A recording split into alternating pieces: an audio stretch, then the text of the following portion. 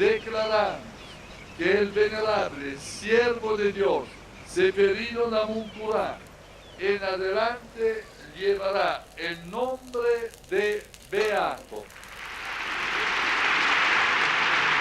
Seferino, yo no sé cómo explicarte, es algo que se siente, creo yo, no algo que se puede explicar, algo que se lleva. Un ser Seferino todavía no es santo, pero para nosotros hace mucho tiempo ya fue santo. Seferino es milagroso, que lo tengan en cuenta. El indio es milagroso.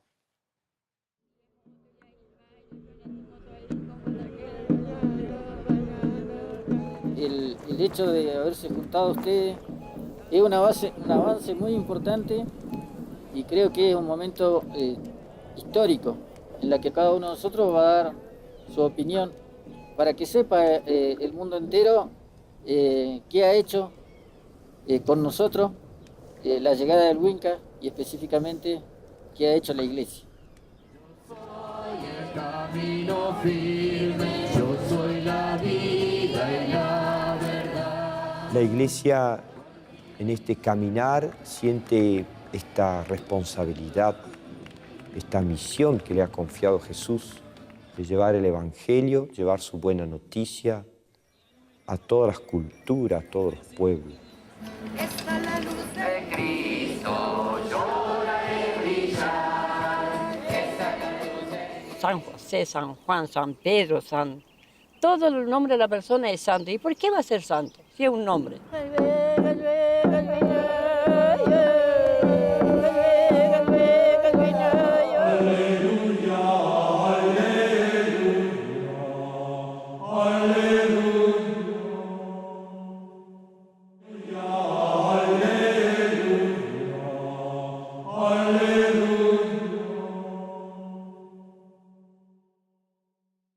El inicio del proyecto surgió en una charla con el productor de la película, que es Raúl Rodríguez, en junio del 2007, cuando se conoció la noticia de la beatificación de Seferino Namuncurá aquí en Argentina.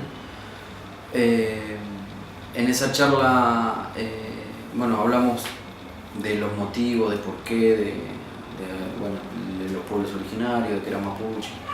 Y a raíz de esa charla yo empecé a investigar sobre la vida de Seferino. En un principio lo que investigué fue la vida de Seferino. Cuando yo me encuentro con que la vida de Seferino está básicamente contada desde la iglesia, o sea, la historia de Seferino Namuncurá está contada desde la iglesia católica, y puntualmente de la congregación salesiana, lo que me interesó en un primer momento fue encontrar en el pueblo mapuche una historia de Seferino, ¿no? La historia de Seferino Namuncurá en el pueblo mapuche, siendo que Seferino era mapuche. Cuando empiezo a tener contacto con la gente de las comunidades y empiezo a charlar, incluso estando en la comunidad San Ignacio, que está en la provincia de Neuquén, aquí en Argentina, que es donde están por ahí los familiares más cercanos a Seferino Namuncurá, charlando con la gente, lo que encontraba es que no hay historia de Seferino Namuncurá en el pueblo mapuche, porque por ahí, como te decía, hablando con parientes por ahí cercanos, o lo más cercano que hay hoy de Seferino es doña Teresa Inal, que es una de las señoras que habla en la película. Esta señora era sobrina de Seferino Namuncurá, y lo que me contaba es que la mamá de Seferino, que es Teresa Rosario Burgos, cuando doña Teresa era muy chiquita vivió con ella y no se acordaba casi de Seferino. O sea, lo que por ahí cuentan es cosas que cuenta la iglesia, que Seferino era muy bueno, que le ayudaba, se levantaba muy temprano para ir a buscar leña, pero no hay una historia de Seferino, ni en la familia, mucho menos en general en el pueblo mapuche. Lo que surge ahí en las charlas que fui teniendo con la gente es algo que me pareció mucho más interesante, que tiene que ver con la espiritualidad, de lo que pasa cuando llega la evangelización y se encuentra, lo que encuentro por ahí un choque, ¿no? Con la espiritualidad de los pueblos originarios, en este caso con el pueblo mapuche. Y por ahí el camino me fue llevando solo, ¿no? Como que se abrieron varias puertas, digamos, y me fui por esto que tiene que ver con contar de alguna manera algo que generalmente no se habla sobre la evangelización, ¿no? Porque cuando uno habla en general de la evangelización se piensa que es todo bueno, que solamente implica cosas buenas y no es tan así. Hay cosas bastante feas que implica la evangelización y un poco la idea de la película es mostrar eso, ¿no?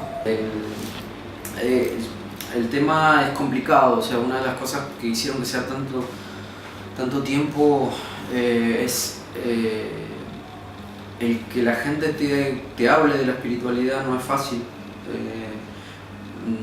Por ahí cuando yo empecé a investigar busqué qué material había sobre la espiritualidad o sobre la religiosidad, de alguna manera, en este caso del pueblo mapuche. Y hay muy poco material porque después, por ahí la impresión que me da es que lo que pasa es que por ahí la gente no quiere hablar mucho de este tema, ¿no? Porque primero que es algo muy sensible y por ahí la gente tiene miedo de cómo uno vaya a tocar este tema, ¿no? Es un tema muy delicado. Entonces, para mí fue una preocupación durante sobre todo en el montaje, en el armado de la película, no equivocarme, ¿no? Como que muchas veces yo chequeaba lo que yo estaba haciendo, los conceptos o las cosas que yo estaba armando, para no equivocarme, porque es muy fácil equivocarse y en realidad seguir confundiendo de alguna manera. Por ahí una de las ideas que me surgió, digamos, en el camino es que para definir de alguna manera la evangelización, creo que la palabra más indicada es confusión. Para decir lo que la evangelización provoca en los pueblos es eso, ¿no? Básicamente es confusión. De la iglesia, los curas y obispos que por ahí han visto la película, me sorprendió por ahí que el obispo Melani, que es el obispo de Viedma, de aquí de la provincia de Río Negro, en Argentina, pocos días después de haber visto la película me haya llamado para felicitarme, porque me decía que le parecía que estaba muy bien tocado cómo se tocaba el tema y cómo se equilibraban, digamos, las opiniones, o por ahí también un cura que conocí, que es un teólogo en Temuco, quedó también sorprendido por la película porque él por ahí se esperaba otra película más sobre la vida de Ceferino, digamos la historia oficial de Ceferino, y digamos en él se le generó, le gustó mucho la película, le gustó muchísimo la película por esta otra visión sobre la vida de Ceferino y sobre la evangelización. Bueno, fueron 2 días de charla, 2 días grabadas, hay 8 horas de charla.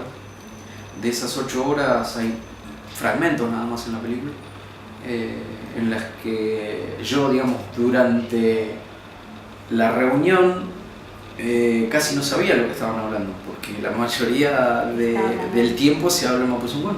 Entonces, de ahí el que me ayudó mucho es el coordinador por ahí de la reunión, que fue Gilberto Wilipán, el hijo de doña Lucía Cañicurá, que yo le había dejado como un listado de preguntas y él iba ordenando un poco cuando se podía, porque las papás cuando empiezan a hablar, bueno, vos sabés que no es fácil, no sé, decirle, acá quiero que hablen de esto y acá quiero, no es fácil.